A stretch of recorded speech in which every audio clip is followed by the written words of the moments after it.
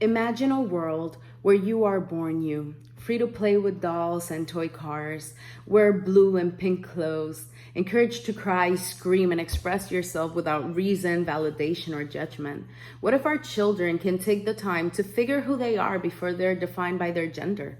Insisting on the polarity between masculine and feminine energies within men and women limit people from living the full range of a human experience with freedom. It can be confusing for those who do not easily fall into the prescribed expectations. Gender are no longer serving us, and it is time for a change. Instead of woman versus men, let us define ourselves by our interconnectedness, the shared forces that makes us human. Patriarchy, the current power structure that most of the world operates in, is condescending, elitist, and sexist. Its negative influence impacts our entire lives due to the energetical imbalance, thus why the future should be more feminine. Today, we will cover basic understanding of the energy body and dive into physics, what feminine and masculine energies are, how gender stereotypes can create generations of emotionally unavailable men due to toxic masculinity, and how harmony of the two can bring balance. We will discuss how all this goes beyond gender and how bringing balance to the two can transform you into a more wholesome self.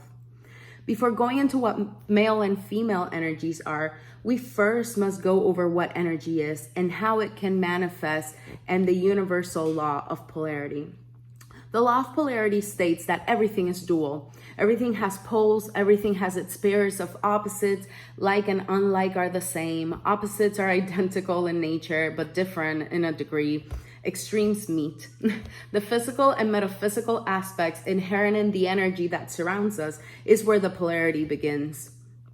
The power generated by opposites yet has the essence of each opposite held within it. This can be represented with the yin and yang.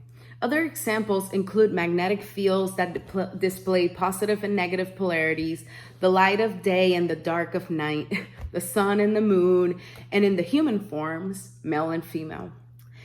Energy or prana is the life force within you. Energy is an element of the subtle body or the pranamaya kosha. The pranamaya kosha is the energetic layer of your being. It is beneath the physical body, the first layer of consciousness, which consists of your muscle, bones, connective tissues, organs, fat, and skin. This second layer of experience consists of the elements that you cannot see with the naked eye. Breath and prana are part of this layer. Energy manifests as emotions, disease in the body. Energy also manifests as your aura and your vibe, or that feeling people pick up on when you walk into a room. Your energy vibe comes from what is naturally within you through your environment, experiences, and the people around you. Ideas of what it means to be masculine and feminine are example of that outside influence on your energy. According to a description of the film, Misrepresentation, the media is selling young people the idea that girls and women's value lies in their youth, beauty, and sexuality, and not in their capacity as leaders. This idea does not allow women to honor the beauty of the masculine qualities within themselves. Feminine energy is intelligent and loving energy that contains the quality of our compassion, emotion, empathy, and truth. When you're strong and you're feminine, you have a strong connection to your body and intuition. You can make decisions based on what you feel in your heart. Feminine energy is receptive, right brain energy. Yet if we are too much in our feminine, we can come across as weak and lose our personal power. On the other hand, according to the description of the film, The Mask You Live In, boys and men confront messages encouraging them to disconnect from their emotions, devalue authentic friendships, objectify women, and resolve conflicts through violence. These gender stereotypes interconnect with race, class, and circumstance, creating a maze of identity issues boys and young men must navigate to become real men. The idea that men who are masculine must be physically strong, assertive, and emotional providers who distance themselves from all that is feminine does not allow men to honor the beauty of the feminine characteristics within themselves or within others. Masculine energy is independent and analytical, representing our left brain.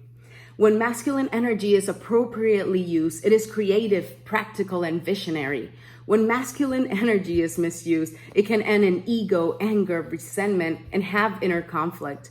Masculine energy loves to be free. It loves acknowledgement. Masculine energy craves importance. They love it when they're given a compliment. They want to be heroes. This duality goes way beyond gender, sex, and sexuality, for it is a matter of energy and nature of our genitalia. The term state is conditional, meaning it can change at any moment. By definition, gender or being female or male can also change based on condition, shaped, situation, circumstances, or position. These expectations have serious and real implications for those lives, as statistics of unequal pay, violence against women, laws discriminating against LGBTQ folk, and the deep unexpressed pain men feel tragically demonstrate. After recognizing that we are all feminine and we're all masculine, we can see the current societal shift that is guiding us toward the feminine. For too long, we have been taught to think of the feminine energy as the weaker energy.